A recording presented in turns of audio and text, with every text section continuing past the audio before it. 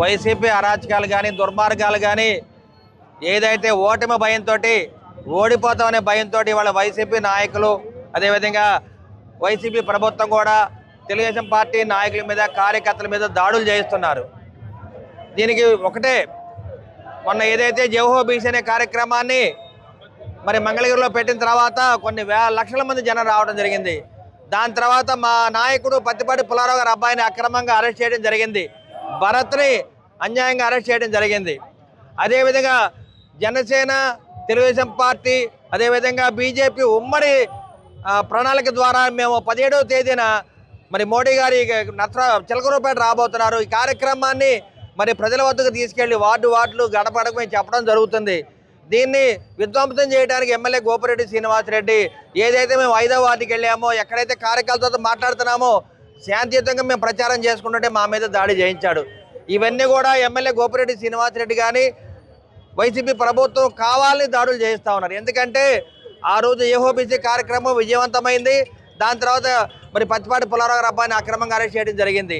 అదేవిధంగా రేపు ఆదివారం జరగబోయే సభ మరి మోడీ గారు రాబోతున్నారు. ఈ సభని విధ్వంసం చేయడానికి మరి జగన్మోహన్ రెడ్డి ఆలోచనతోటి దుర్మార్గాలతోటి వాళ్ళ ఎమ్మెల్యే గోపిరెడ్డి శ్రీనివాసరెడ్డి 5వ వార్డులో ఉన్న కిరాయి గుండాల చేత మా మీద దాడి చేయించారు. ఇవన్నీ కూడా మేము ఖండిస్తున్నాము.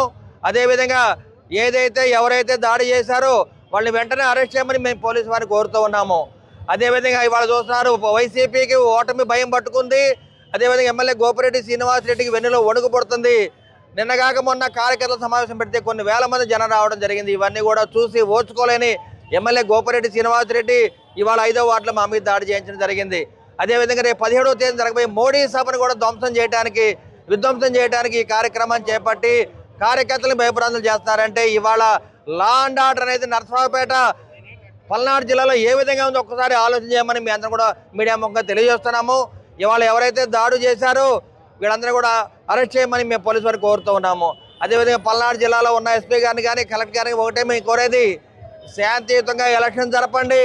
శాంతియుతంగా ఎలక్షన్ జరపలేని పక్షంలో వేరే వాళ్ళని పెట్టండి. ఇక్కడ ఇదే మేము ఎలక్షన్ కమిటీ కూడా చెప్పడం జరిగింది. కాబట్టి మేమందరం కూడా రేపు 17వ తేదీన జరగబోయే మోడీ సభను విజయవంతం చేయాలని చెప్పి కోరుకుంటూ వాడవాడలు తిరుగుతున్నాము.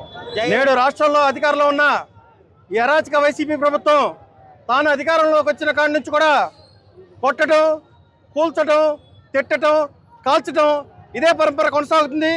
అదేవిధంగా రాష్ట్రంలో కూడా ఎంతో కాలంగా ఈ అరాచక ప్రభుత్వం కోడికెత్తి డ్రామాలు ఆడింది, బాబాయ్ కొట్టెల డ్రామా ఆడింది.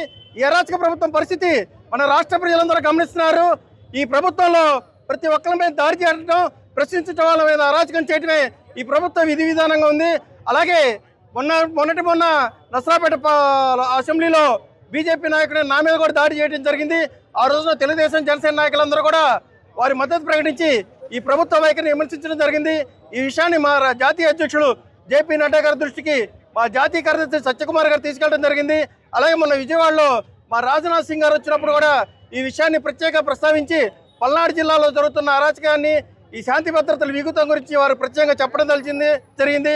అలాగే నేడు ఈ టీడీపీ, బీజేపీ, జనసేన అలయన్స్ ఏర్పడిన తర్వాత ఒక్కసారిగా అధికారం కోల్పోతా ఉన్న భయభ్రాంతులతో, బెంగతో సంపాదించుకున్న ఆస్తులు ఏమన్నా పోగొట్టుకుంటామని, అక్రమంగా దోచుకున్న ఆస్తులు పోగొట్టుకుంటారేమని, అక్రమంగా దోచుకున్న అధికారం పోగొట్టుకుంటారు భయభ్రాంతులతో నేడు రేపు 15వ తారీఖు జరగబోయే చిల్లూరుపేట జరగబోయే మోడీ గారి తెలుగుదేశం, జనసేన, బీజేపీ ఉమ్మడి సభని మోడీ గారు హాజరవుతున్నారు, చంద్రబాబు నాయుడు గారు అవుతున్నారు, పవన్ కళ్యాణ్ గారు హాజరవుతున్నారు. దాన్ని విఫలం చేయడానికి, పల్నాడు జిల్లా ప్రజల్ని భయభ్రాంతులు చేయడానికి ఈ విధంగా వైసీపీ గుండాలు దాడిలో పాల్గొనడం హేయమైన చర్య. వారి ఈ వైఖరిని తక్షణం మానుకోవాలి. ఎందుకంటే రేపు ప్రజాస్వామ్య పద్ధతిలో పోలింగ్ బూతుల్లో వాళ్ళకి బుద్ధి చెప్పే సమయం వస్తుంది. ఈ సందర్భంగా వారికి ఇదే హెచ్చరిస్తున్నాను, మీకు ఇదే ఆఖరి ఎన్నికలు, మీకు ఇదే ఆఖరి రాజ్యాధికారం అని చెప్పి బీజేపీ, జనసేన, తెలుగుదేశం తరఫున వారికి హెచ్చరించడం జరుగుతుంది. జై హింద్.